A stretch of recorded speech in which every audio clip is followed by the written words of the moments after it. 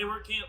We are here at the Trash Pandas facility. I'm a huge baseball fan, so this is I don't know. I'm kind of geeking out, but anyway, we wanted to just take a shot of a familiar place in Madison, Huntsville. Hopefully, this will open up soon. But in baseball, there are a lot of things a pitcher can do. He can strike batters out. He can throw shutouts. But one of the rarest, actually the rarest and most prestigious thing a pitcher can do is throw a perfect game. And in a perfect game, 27 batters come to the plate, and all 27 get out. No hits are allowed. Nobody gets on base via a walk or an error, and nobody gets hit by a pitch. It's extremely hard and rare. In 150 years of baseball, actually over 150 years of Major League Baseball, over 208,000 games have been played, and only 23 perfect games. Only 23 perfect games in all of them. In July of 1999, David Cone of the New York Yankees started his first 3 innings against the Montreal Expos with 3 perfect innings. And then a little problem came up. A little rainstorm showed up, 45 minutes delay. That means everybody had to clear the field for 45 minutes. Now, normally this is okay for a baseball player. They just wait it out, warm up a little bit, and then move back onto the field. Pitchers are a little different because they've thrown so much. After about 30 minutes, their arms start to stiffen up and they get sore. So sometimes pitchers will ice their arm and then wait for somebody else to come in. David Cone, since it was right on that precipice, was waiting to see if he could go back out. And he was looking for his catcher to see if he could warm up a little bit. But his catcher was nowhere near ready to catch. So he called the second best thing he had, and that was the bat boy named Luis Squeegee was his nickname, Castillo.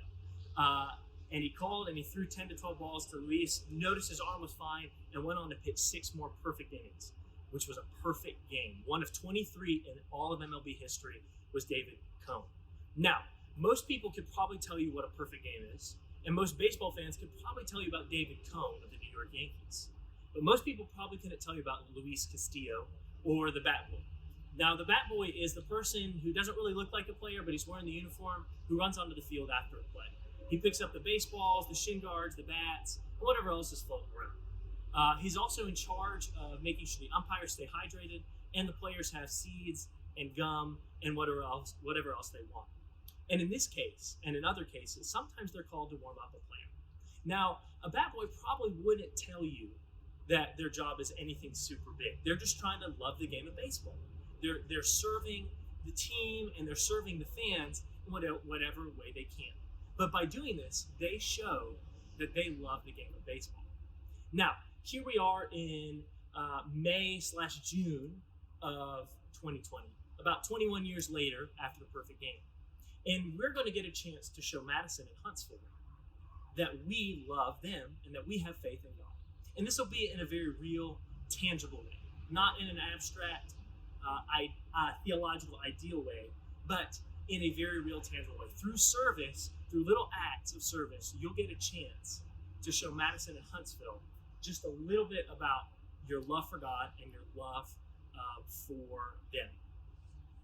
And so in James chapter 2, verses 14 through 26, the author says that faith without works is dead.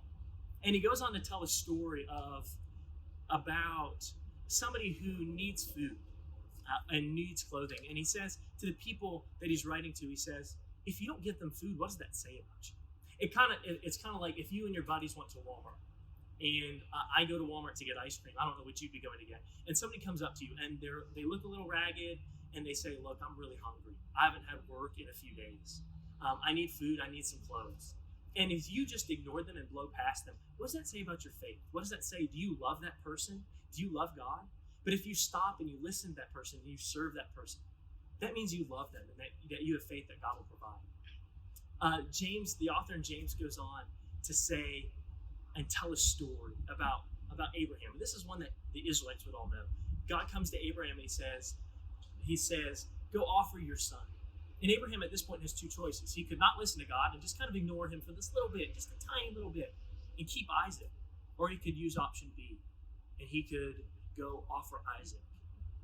Now, Abraham, in my opinion, I would choose option B, because that's so much easier. I don't have to worry about killing my son. I don't have to tell my wife, Sarah, why I killed my son. But Abraham, because he has faith, goes with option A. And he goes, and we know the story, he goes to offer Isaac, and God stays his hand right before he kills Isaac, and he offers a ram in his place. And that act showed God that Abraham's faith was real, that Abraham truly loved him. Now we see faith and actions go hand in hand. We actually see that faith without actions is dead. And this week, during virtual hands-free work camp, you will get a chance to show your faith by your actions, by your service. And we encourage you that whatever you do this week, whatever little task it is, that you do it for God. From writing letters to military personnel, to filling up goodie bags for agape, to mowing someone's lawn. Do everything for God. And that little act of service might just show the world your faith. The world is watching, especially in this time of pandemic. And they need a reminder that God loves them and that you love them. In 1999, Luis Castillo did a little thing for David Cohn, and it turned into a huge moment. He just caught a few balls, and it turned into a huge moment, a perfect game, one of only 23 in over 150 years of baseball. Here in 2020, you'll have the opportunity to do little acts of service, just tiny little things. And who knows, maybe God will turn them into something big, something great for his name. In Matthew, we see in chapter 25, verse 34, it says this, "Then the king will say to those on his right, 'Come, you who are blessed by my Father, take your inheritance, the kingdom prepared for you since the creation of the world. For I was hungry, and you gave me something to eat. I was thirsty, and you gave me something to drink. I was a stranger, you invited me in. I needed clothes, and you clothed me. I was sick, and you looked for me. I was in prison, and you came to visit me.'